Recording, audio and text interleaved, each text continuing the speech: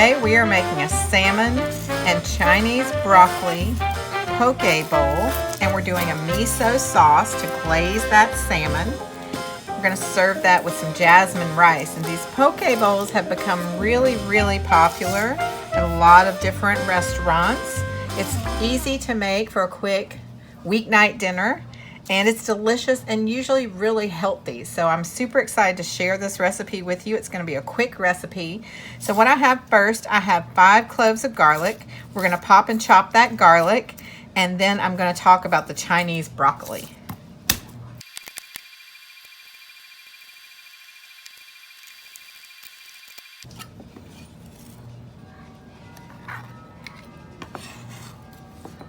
This is Chinese broccoli, and as you can see, it's a little different than our traditional American broccoli. Really what we eat on here is the leaves and the little buds at the top, which are kind of a broccoli flower, and it's similar to our broccoli at the top part, but the leaves are what we're going to get off of here. So what we want to do is pull those leaves off. We're going to get them all stacked up. And we're going to just do kind of like rough cuts on these leaves because we're going to saute them down in my veggie seasoning, and I'll tell you about that in a little while. I'm going to go ahead and get these cut, and then I'm going to grate up some fresh ginger to go with our garlic, and then we'll have all of our mise en place ready to go over to the range. And I'm getting these all cut up. We want it to be in big pieces, not too small, but we're going to cook that down and serve that on the side of our salmon in our poke bowl. Now I need to get some ginger grated, and anytime you're grating fresh ginger, you always want to make sure that you peel this outside off. So fresh ginger is great to have around for many different things. Definitely to have in tea. Use it to cook with a lot. It's great for your stomach if you have a belly ache. So I just like to always keep ginger around.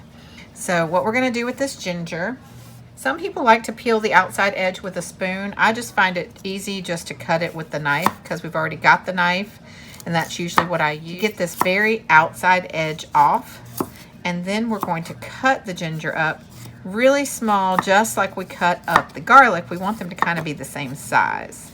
So you just want to get all of the little rough parts off. I always like to cut the end off too. If you have a piece of ginger that's been sitting there for a while, you want to get that little rough end off. And then what we want to do, I'm going to cut this in half. I'll pull that off. And we're going to cut this into small little pieces. Now ginger is going to add a little sweetness and lots of flavor. And it goes really well with our garlic. Next, we're going to make the miso glaze for the top of our salmon once we get our salmon cooked. So what I have here is some miso paste, and miso is fermented soybeans. It's a delicious paste that they make out of the fermented soybeans, and it adds just a rich flavor. What we want to add to that is some MIRIN, about 2 teaspoons, which is a vinegar, and then we want to add about 2 teaspoons of regular sugar. You could also use palm sugar for this. We're going to stir that around, and then we're going to add half of our ginger that we chopped and half of our garlic. The other half we're going to use when we're cooking.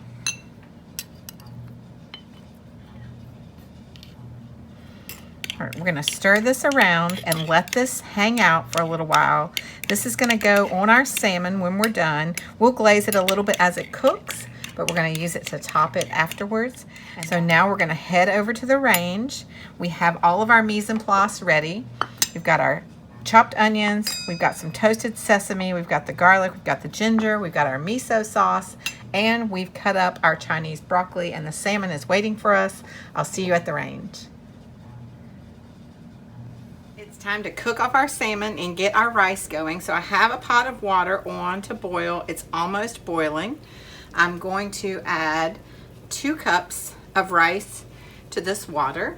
Over here we have a non-stick pan. Anytime you're cooking fish, you always want to make sure you use a non-stick pan because we don't want to lose half of our fish on the bottom of the pan. So I'm going to go ahead and turn that pan on. We're going to let that heat up. I'm going to get some oil in the bottom of the pan, and I'm going to use a sesame oil.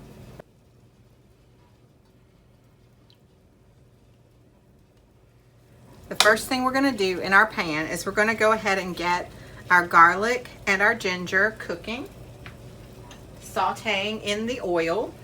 We're going to add the ginger. We're going to add the garlic. We're going to let this start to saute. Now I'm trying to show you an easy meal that you could make really quickly when you get home on a busy weeknight, and this is something you could throw together in less than 30 minutes. So we're just going to saute that for just a second just to get it going, and then we're going to put all of our Chinese broccoli right into the pan. You could use another veggie for this if you had another veggie. Zucchini would be good, mushrooms would be great, or you could mix your veggies if you'd like to.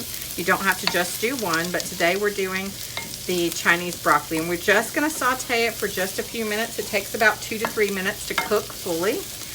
I'm going to use something on here that I use on a lot of different veggies, and it's called my veggie seasoning mix. I keep it in a squirt bottle by the range, but that is a mix of balsamic vinegar, soy sauce, and a little bit of red wine, all mixed together. And we're just going to put that on our Chinese broccoli and let that saute for just a few minutes.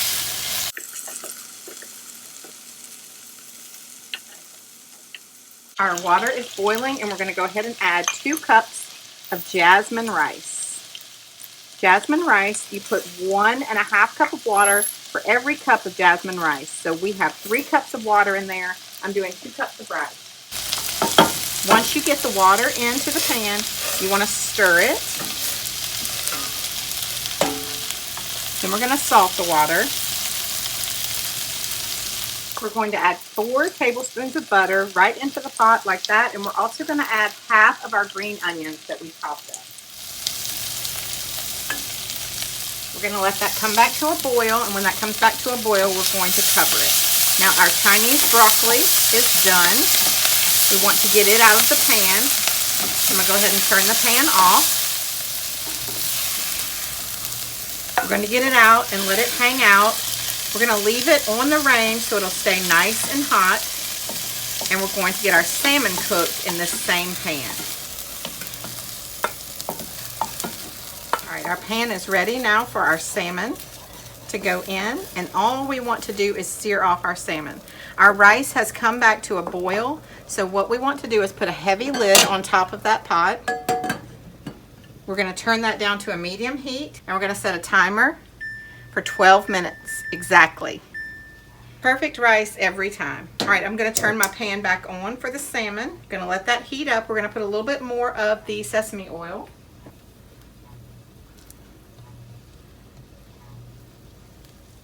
We want that to get good and hot before we put our salmon in there. We really want that to heat up and be ready for our salmon. We have our beautiful salmon fillets. So what we want to do is pat them dry just a little bit. And we're going to go ahead and season them. Salt and pepper and a little bit of secret seasoning. All right, so we're going to go seasoned side down into the pan first in the hot oil.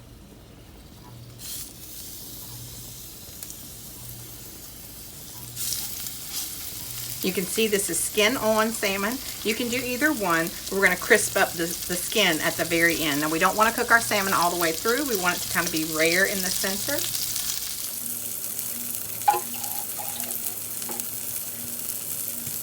It's time to flip our salmon over. Look at that beautiful color on that salmon. Now I'm cooking for 2 tonight, but this recipe, obviously you could expand to as many as you have.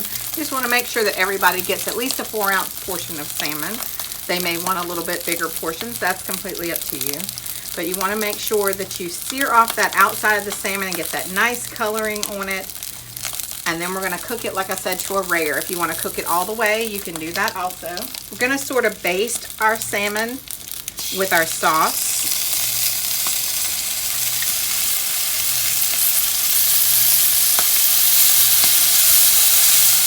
Our salmon's just about ready to take out of the pan. So we're gonna go ahead and get our rice finished up. Got about 2 minutes left on that, and then our whole meal will be ready to put in our bowls. Our rice has finished cooking, and we are letting it sit for just a second. You see I took the salmon out of the pan. What I like to do to keep the salmon nice and warm, but to not keep it cooking, I like to put it on a plate on top of the hot pan. That plate will heat up, and it'll keep the salmon nice and warm until we get to eat. All right, once the rice is finished cooking, exactly 12 minutes, you want to let it sit for about another minute after you turn the flame off. And then what we're going to do is uncover our rice. We're going to add the last little bit of our miso sauce straight to the rice. You can see I put some on top of the salmon as well. We're going to stir this rice around. And then I'm going to show you how to make the poke bowl. So the idea behind this is that everything is in one bowl and it's served beautifully together. We're going to go ahead and put the rest of our green onions in here. So I have my bowl. What we would do is put the rice, and then we would take half of our vegetables. And then we would take one piece of the salmon. We're going to put it right on top. Beautiful, isn't it?